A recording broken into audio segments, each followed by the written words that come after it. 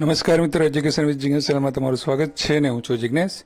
મિત્રો, કચ્છ વિદ્યાસહાયક ભરતી 1 થી 5ની જિલ્લા પસંદગી ચાલુ છે અને ગઈકાલે જે સાયન્સ અને પીએચની અપડેટ આપણે તમને આપી હતી અને આજે જે છે જનરલ મેરિટ પ્રમાણે જે છે જિલ્લા પસંદગી માટે ઉમેદવારોને બોલાવવાનું શરૂ કરવામાં આવ્યું છે અને 19 તારીખ આજે છે. આજે અને 19 તારીખથી લઈને 29 તારીખ સુધી જે છે જે પ્રોસેસ જે છે પ્રથમ રાઉન્ડની ચાલવાની છે અને આજે જે છે 1થી લઈને 400 સુધીના જે મેરિટ નંબરના ઉમેદવારોને જે બોલાવવામાં આવેલા હતા. હવે 1થી 400 સુધીના ઉમેદવારોને બોલાવ્યા. હવે અગાઉના જે ઉમેદવારો જે હોય છે એમાંથી એક જ મેરિટ લિસ્ટ ઉપર જે ફરીથી ભરતી એટલે કે સામાન્ય ભરતી પછી કચ્છની ભરતી થઈ છે. તો સ્વાભાવિક છે કે મેક્સિમમ ઉમેદવારો લાગી ગયા હોય તો એ રિપીટ ના થાય. પણ ખબર નહીં કે પસંદગી સમિતિએ કેવી રીતે નિર્ણય લઈને આવી રીતનું સિલેક્ટ કર્યું છે. જો પસંદગી સમિતિ ધારે તો 2 કે 3 જ દિવસની અંદર આખો પ્રથમ રાઉન્ડ પૂરો થઈ શકતો હતો, બરાબર. પણ હવે જોઈએ આપણે 1 થી 5 કચ્છ સ્પેશિયલ ભરતી 2025 ડે 2. અહીંયા આપણે કેટેગરી વાઇઝ બધી માહિતી તમને આપવાનો હું પ્રયત્ન કરીશ. તો અહીંયા સૌથી પહેલાં તમે જોઈ શકો છો કે ઓપન કેટેગરીમાં મેરિટ નંબર 391 સુધીના ઉમેદવાર આજે હતા. એસસી કેટેગરીમાં મેરિટ નંબર 45 સુધીના ઉમેદવાર હતા. એસટી કેટેગરીના એક પણ ઉમેદવાર આજે નહોતા. એસસીબીસી કેટેગરીના 244 નંબર સુધીના ઉમેદવાર આજે હતા. ઈડબ્લ્યુએસ કેટેગરીમાં 74 મેરિટ નંબર સુધીના ઉમેદવાર હતા. હવે મેરિટની જે વાત કરીએ તો આજે જે છે એ ઓપન કેટેગરીનું 69.8821 મેરિટ હતું લાસ્ટ મેરિટ. એસસી કેટેગરીનું હતું 69.8801. એસસીબીસી કેટેગરીનું હતું 69.8671. ઈડબ્લ્યુએસ કેટેગરીનું હતું 69.8657. ઓવરઓલ આપણે જોઈએ તો 400માં ઉમેદવારનું મેરિટ હતું 69.8657. હવે ખાસ મહત્વની વાત કરીએ, હાજર ગેરહાજરની વાત કરીએ. ઓપનની અંદર ઉમેદવારો હતા 37. તો 37 ઉમેદવારો જે હતા અને સામે જે છે ઓપન કેટેગરી એટલે કે જનરલની અંદર 22 જિલ્લા પસંદગી થઈ છે એટલે કે 22 ઉમેદવારોને નિમણૂક હુકમો જનરલ કેટેગરીમાં આપવામાં આવ્યા છે. એસસી કેટેગરીમાં 45 ઉમેદવારો હતા. એસસી કેટેગરીના 45 ઉમેદવારોમાંથી એક ઉમેદવારે જિલ્લા પસંદગી કરી છે એસસી કેટેગરીની અંદર. ત્યારબાદ એસટી કેટેગરીમાં તો કોઈ ઉમેદવાર હતા જ નહીં. એસસીબીસી કેટેગરીના 244 ઉમેદવારો જે હતા એમાંથી 5 ઉમેદવારોએ એસસીબીસી કેટેગરીની જગ્યાઓ જે છે એ લીધી છે. એટલે હવે તમે જુઓ કે એસસી અને ઓબીસીની જ્યારે આપણે વાત હોય ત્યારે જગ્યાઓ કેટેગરીની જગ્યાઓ બગડે તો પાછળના ઉમેદવારોને થોડી તકલીફ થતી હોય છે. તો પહેલાં હાઈ મેરિટવાળા જે 400 લોકો રહ્યા એના અંદરથી જ ઓબીસીની જે છે 5 સીટો જે છે આજે બગડી છે એટલે કે ક્યાંક ને ક્યાંક રિપીટ થઈ છે અને એસસીમાં 1 સીટ જે છે એ થઈ છે. ઈડબ્લ્યુએસ કેટેગરીમાં 74 ઉમેદવારો હતા મેરિટ લિસ્ટમાં. એમાંથી 3 ઉમેદવારો જે છે એ રિપીટ થયા છે. આપણે એ રિપીટ થયા છે એવો શબ્દ જ વાપરીશું કેમ કે ક્યાંક ને ક્યાંક બધા ઉમેદવારોને સામાન્ય ભરતીની અંદર ચાન્સ આવ્યો હતો અને એ લોકો જિલ્લા પસંદગી પણ કરી હશે. કદાચ સ્થળ પસંદગીમાં હાજર ના થયા હોય પણ જિલ્લા પસંદગી તો એમણે 100% કરી જ હશે. તો અહીંયા જો એ લોકો આવ્યા હોય તો સામાન્યની ભરતીમાં પણ જિલ્લા પસંદગી કરીને એ લોકો કદાચ નહીં ગયા હોય તો એમણે એક જે છે એક ચોક્કસથી એક સીટ બગાડી છે. તો લગભગ બની શકે ત્યાં સુધી આવું ન કરવું જોઈએ.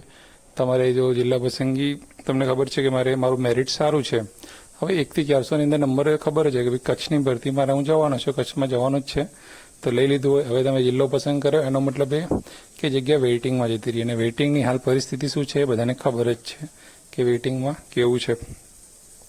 કંઈ વાંધો નહીં. તો 5 ઓબીસી અને એસસીની એક સીટ જે છે એ રિપીટ થઈ છે એટલે કે આ 6 સીટો જે છે એ ફરીથી પાછી બગડી છે એવું કહી શકાય. પણ એ હવે ઉમેદવારોનો એમનો હક છે એટલે આપણે એમને કોઈને કશું કહી શકતા નથી. ત્યારબાદ વાત કરીએ ટોટલ કે 400 ઉમેદવાર હતા. એમાંથી આજે 31 લોકોએ જિલ્લા પસંદગીનો હુકમ મેળવ્યો છે.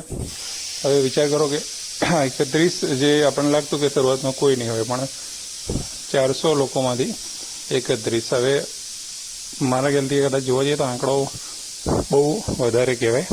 તો કચ્છમાં જવાવાળા ઉમેદવારો આગળ જતાં જોઈએ કે આવતીકાલથી હવે કઈ રીતનું રહે છે અને કેટલા લોકો જે છે એમાં જિલ્લા પસંદગી કરે છે.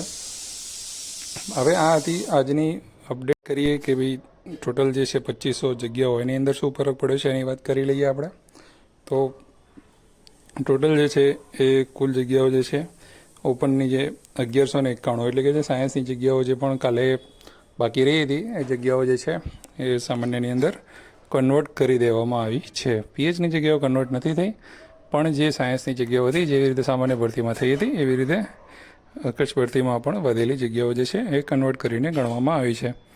તો અહીંયા તમે જોઈ શકો છો કે 1191 જગ્યાઓ જે ઓપનની બતાવે છે એમાંથી હાલમાં 27 જગ્યાઓ જે છે એ ભરાઈ છે. ત્યારબાદ એસસી કેટેગરીમાં ટોટલ 183 જગ્યાઓ થાય છે અને એમાંથી જે છે એ 23 જગ્યાઓ ભરાઈ ગઈ છે. એસટી કેટેગરીમાં 2 જગ્યા ભરાઈ છે. એસસીબીસી કેટેગરીમાં 83 જગ્યા ટોટલ ભરાઈ છે 2 દિવસમાં. ઈડબ્લ્યુએસ કેટેગરીમાં 7 જગ્યા ભરાઈ છે. ટોટલ જે છે 2500માંથી 142 જગ્યાઓ ભરાઈ છે. અહીંયા બાકી રહેલી જગ્યાની વાત કરીએ તો ઓપનમાં 1164, એસસીમાં 160, એસટીમાં 195, એસસીબીસી એટલે કે ઓબીસીમાં 596, ઈડબ્લ્યુએસમાં 243. ટોટલ 2500 જગ્યામાંથી 142 જગ્યાઓ ભરાઈ છે અને 2358 જગ્યાઓ જે છે એ બાકી છે. ટકાવારીની દ્રષ્ટિએ જોઈએ તો હજુ 5% જગ્યાઓ જે છે 5.5% આસપાસ જગ્યાઓ ટોટલ ઓવરઓલ ભરાઈ છે. હવે વાત કરીએ એસસી અને ઓબીસીની, જેમ દર વખત હોય છે એમની જગ્યાઓ જે છે ટકાવારી વધારે જ અહીંયા જોવા મળે છે. તો આ અપડેટ ઉપરથી હવે ચોક્કસ એવું લાગે છે કે એસસી અને એસસીબીસીની જે વાત રહી તો સીટો આપણને લાગતું શરૂઆતના કે કોઈ લેશે નહીં કેવું છે. તો થોડા ઘણા ઉમેદવારો જે કચ્છના જે ઉમેદવારો રહ્યા મેરિટ લિસ્ટમાં એ લોકો જે છે જિલ્લો પસંદ કરી રહ્યા છે, અથવા એવા પણ ઉમેદવારો હોય કે જેમને જવું નથી, એમને સ્થળ પસંદ કરી લીધું હોય અથવા તો ખાલી જિલ્લો પસંદ કરવા માટે કચ્છમાં ઓર્ડર નિમણૂક હુકમ લેવા માટે આવ્યા હોય એવું પણ બની શકે છે. તો ઘણા મિત્રો કદાચ એવા હોય તો આપણી દરેકને ઉમેદવારો વતી મારી એક વિનંતી છે, ખાસ કરીને એસસી અને ઓબીસી કેટેગરીના ઉમેદવારોને, તમામ ઉમેદવારો વતી એક એવી વિનંતી છે કે જો તમને મળી ગયું હોય, તમને સામાન્ય ભરતીમાં તમે લાગી ગયા હોય, તમે સ્થળ પસંદગી પણ કરી લીધી હોય અને તમને એવું હોય કે ચલો હું જિલ્લા નિમણૂક હુકમ લઈ આવું ખાલી કચ્છનો, તો એના માટે જઈને એવી રીતે ના લેતા, કેમ કે પાછળ ઘણા બધા ઉમેદવારો રાહ જોઈ રહ્યા છે જેમનું મેરિટ ખૂબ નીચું છે અને નીચું મેરિટ છે કેટેગરી માટે જ દાવેદાર છે. તો તમે જે પણ ઓપનમાં લો છો તો વાંધો નથી, કેમ કે ઓપનમાં જગ્યાઓ ઘણી બધી છે, ઉમેદવારો નથી. પણ જે કેટેગરીની જગ્યાઓ જે બગડી રહી છે તો એ પ્લીઝ થોડું એટલું ધ્યાને લેજો આપણા ઉમેદવારો વતી. આપણા જ ભાઈઓ બહેનો છે અને સરકાર જે છે પછી પાછળ એક જ્ઞાન સહાયક ભરી દે એના કરતાં એમને કાયમી નોકરી મળી જાય અને બધી રીતે જે છે એ આપણે થોડું વિચારવું જરૂરી છે. એક શિક્ષકનો આપણે બધા જ એક શિક્ષકનો જીવ છીએ, તો આ બધું ધ્યાનમાં રાખજો. જો અપડેટ તમને સારી લાગી હોય તો વિડીયોને લાઇક જરૂરથી કરજો, શેર જરૂરથી કરજો અને કોઈ પણ પ્રશ્ન હોય તો કોમેન્ટ જરૂરથી કરજો. આવતીકાલે ત્રીજા દિવસની અપડેટ સાથે ફરીથી મળીશું. જય હિન્દ, જય ભારત. Thank you.